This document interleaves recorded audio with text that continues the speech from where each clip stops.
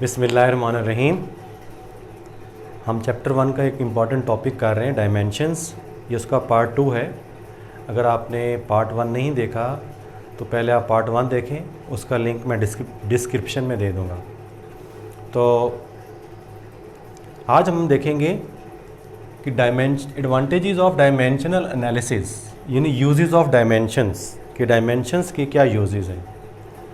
तो आज का टॉपिक बड़ा इंटरेस्टिंग है।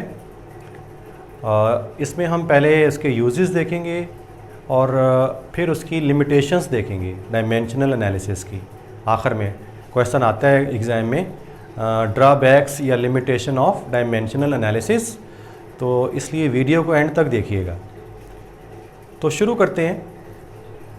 पहला जो इसका यूज़ है वो है dimensional analysis is used to check the homogeneity of the equation.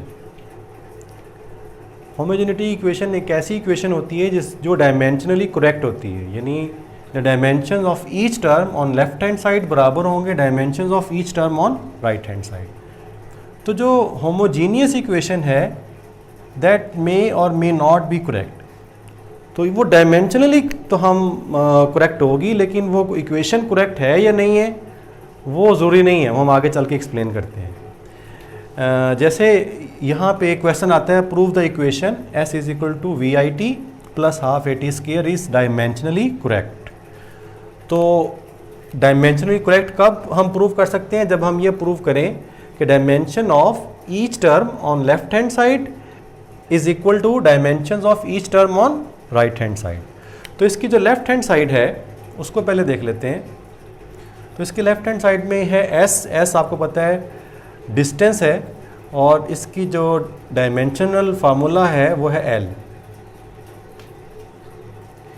अब हम राइट हैंड साइड को लेते हैं। राइट हैंड साइड पे फर्स्ट दो टर्म्स हैं, एक ये टर्म है, दूसरी ये टर्म है। तो जो पहली टर्म है वो है वी आई टी। इसका जो डायमेंशनल फार्मूला होगा, वी आई मीन्स वेलोसिटी, और वेलोसिटी का आपको पता है डायमेंशनल फार्मूला होता है एल टी माइनस वन, और टी हम टी ही लिखते हैं। तो ये दोनों कैंसिल हो जाएंगे और हमारे पास L बच जाएगा। तो इस टर्म का भी जो डायमेंशन है वो L आ गया। अब जो दूसरी टर्म है हाफ ए टी स्क्र, तो इसका जो फार्मूला होगा डायमेंशनल फार्मूला, हाफ का तो कोई डायमेंशन नहीं है, ए एक्सेलरेशन है, और एक्सेलरेशन का डायमेंशनल फार्मूला होता है एल टी माइनस टू, और टी स्क्र का होता है टी स्क्र। तो ये दोनों कैंसिल हो जाएंगे, तो इसका भी L आ जाएगा। तो आपने देखा कि left hand the dimensions of each term, यहाँ पे जो डायमेंशन आया लेफ्ट साइड पे जो टर्म है, एक ही टर्म है, इसका डायमेंशन है L, इसका डायमेंशन फार्मूला है L। और इसी तरह जो ये टर्म है इसका डायमेंशन फार्मूला भी L आ गया और इसका भी L आ गया। तो dimension of each term on left hand side and dimension of each term on right hand side are same. तो हम लिख सकते हैं, इससे क्या प्रूव हुआ, डायमेंशंस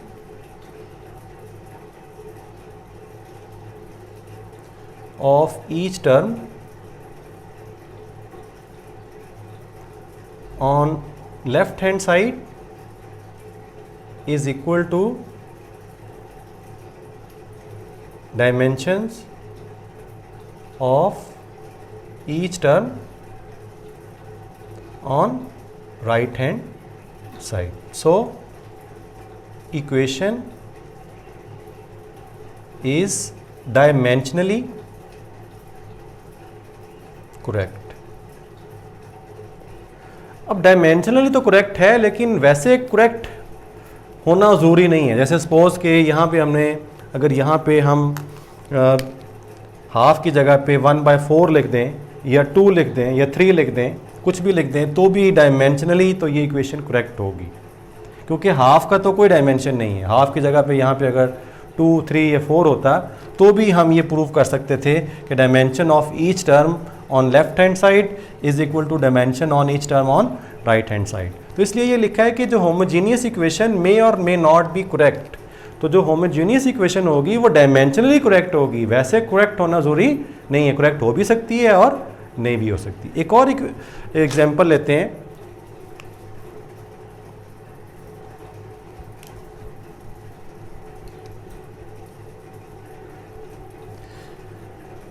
सपोज के क्वेश्चन आता है कि prove the equation E is equal to mc square, बड़ी फेमस इक्वेशन है आइंस्टाइन की।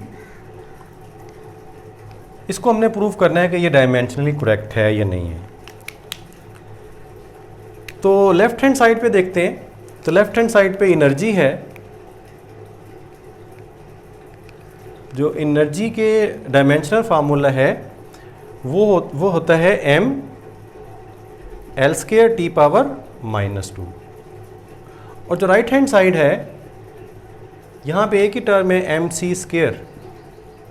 तो इसका जो डायमेंशन, m का मतलब है मैस और c जो है that is the speed of light.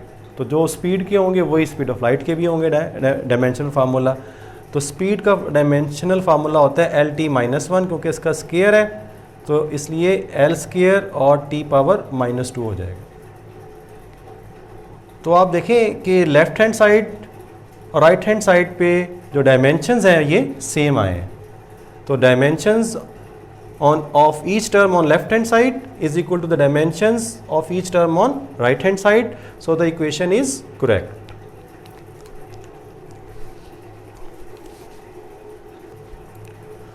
अब देखिए, अगर यहाँ पे 2mc स्क्वायर भी होता, E is equal to 2mc square, तो भी हम ये तो प्रूव कर सकते थे कि dimension of each term on left hand side is equal to the dimension on each term of right hand side। तो वो जो इक्वेशन है वो होमोजीनियस तो होती लेकिन वो करेक्ट ना होती। तो ये इसलिए लिखा है कि होमोजीनियस इक्वेशन मे और may not be correct. Homogeneous equation कौन सी इक्वेशन होगी? ऐसी इक्वेशन जिसकी जो हर टर्म है उसका जो डायमेंशन है वो सेम हो। जो दूसरा यूज है वो है कि dimensional analysis is use to derive the, ये 2 दफ़ा लिखा गया to derive, is use to derive the possible formula of a physical quantity. इन डायमेंशनल एनालिसिस को यूज़ करके हम फिजिकल क्वांटिटी का जो पॉसिबल फार्मूला है वो भी डिराइव कर सकते हैं। ये एक बड़ा मैजिक है ये, कि जिससे हम, यानी हमने अभी कोई फार्मूला पढ़ा भी नहीं है, वो भी हम डिराइव कर सकते हैं with help of dimensional analysis. तो एग्जांपल लेते हैं, इसकी आपको समझ आएगी। तो क्वेश्चन ये है कि derive a relation for the time period of a simple pendulum, possible factors on which T में डिपेंड्स। आपको पता है कि जो सिंपल पेंडुलम है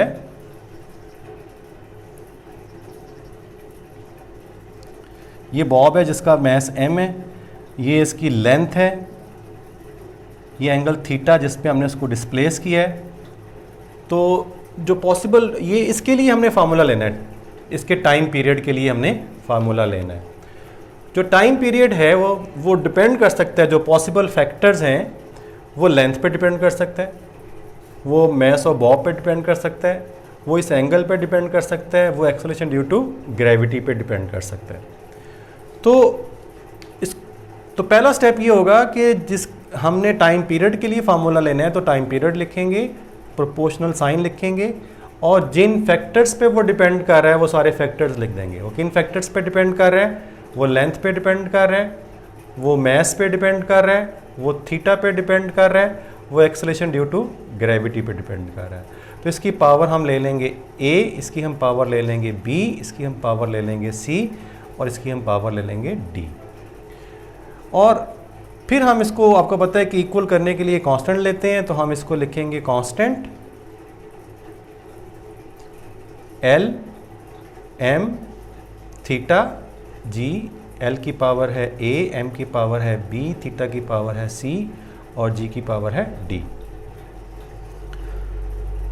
और अब हम दोनों तरफ डायमेंशनल फार्मूला लिखेंगे। इधर आएगा t, और L और m नहीं है तो हम L की पावर 0 ले सकते हैं और m की पावर भी 0 ले सकते हैं।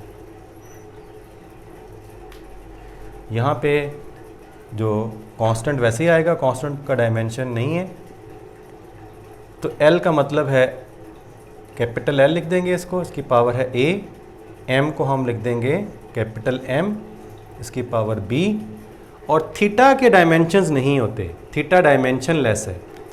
तो डायमेंशन लेस का मतलब ये है कि जो थीटा के डायमेंशंस होंगे वो होंगे m की पावर 0, t की पावर 0, l की पावर 0 और m की पावर 0। तो थीटा जो है ये हम बता चुके हैं पिछले लेक्चर में कि डायमेंशन लेस क्वांटिटी है, इसके डायमेंशन नहीं होते। तो जिस क्वांटिटी के डायमेंशन नहीं होते उसको हम ऐसे लिखते हैं, t की पावर 0, l की पावर 0 और m की पावर 0। बेसिकली ये पावर्स ही डायमेंशंस हैं। तो थीटा को हम लिख देंगे t की पावर 0, l की पावर 0 और m की पावर 0 होल पावर c, क्योंकि थीटा की पावर है c। और g के जो डायमेंशंस होते हैं वो आप जानते हैं, acceleration due to gravity l t power -2 होता है। तो इसको हम लिखेंगे l t पावर -2 की पावर d। तो इसको मज़ीद सिंप्लीफाई करते हैं,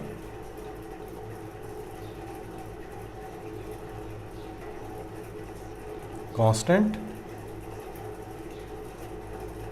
l की पावर a, और ये c जब इससे मल्टीप्लाई होगा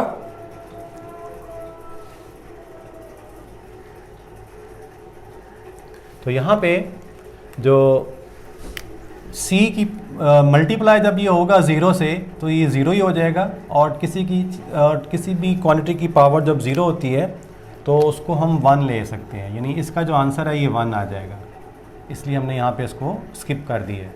ये l की पावर a आ जाएगी, m की पावर b आ जाएगी, यहाँ पे ये 1 हो जाएगा, और l की पावर आ जाएगी d, और t की पावर -2d आ जाएगा, क्योंकि पावर्स मल्टीप्लाई होती हैं, -2 और ये d, ये -2d हो जाएगा।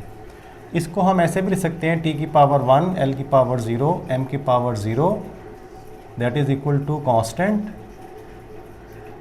और l की पावर a प्लस d लिख सकते हैं, l की पावर a प्लस d, और यहाँ पे m की पावर b और t की पावर -2d। तो comparing the dimensions on both sides, comparing the dimensions on both sides। तो यहाँ पे t की पावर है 1 और यहाँ पे t की पावर है -2d, तो हम 1 को -2d के बराबर लिख सकते हैं। t की पावर यहाँ पे 1 है, यहाँ पे t की पावर -2d, यानी यहाँ पे डायमेंशन है 1 और यहाँ पे डायमेंशन है -2d। तो -2d को 1 के बराबर ले लिया। यहाँ से हमारे पास जो है d की वैल्यू क्या आएगी, यहाँ से d की वैल्यू आएगी -1/2।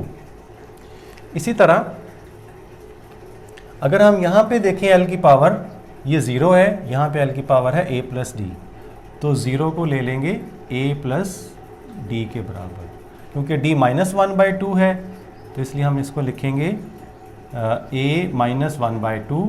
तो यहाँ से हमारे पास a की वैल्यू आ जाएगी 1/2।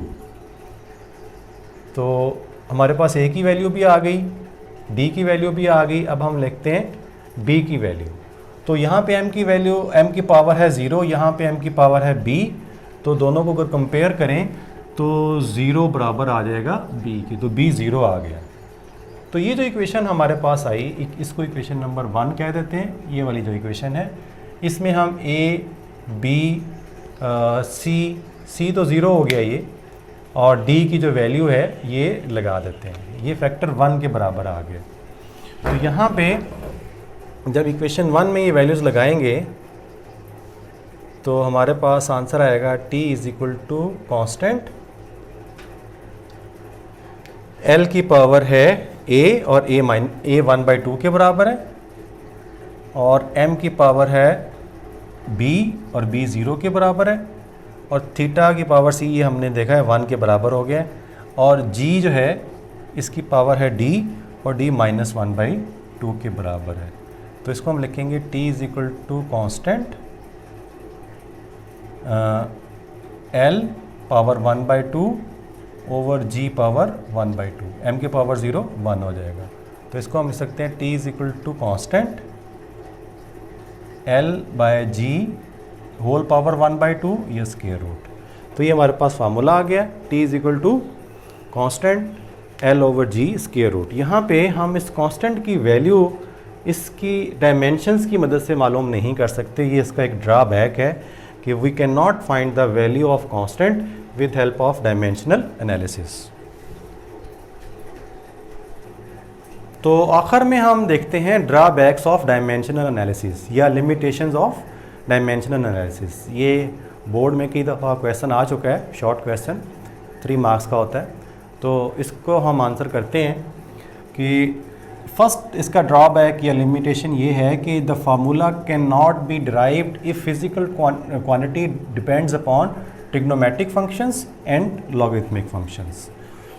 दूसरा ड्रॉबैक है it is unable to find the value of various constants. ये पहले भी जिक्र हो चुका है कि हम जो कांस्टेंट है उसकी वैल्यू हम मालूम नहीं कर सकते with help of dimensional analysis. और आखिरी जो ड्रॉबैक है वो ये है it does not give information about the scalar and vector quantity. तो ये हमें कोई इन्फॉर्मेशन नहीं देता कि जो क्वांटिटी है वो स्केलर है या वेक्टर है।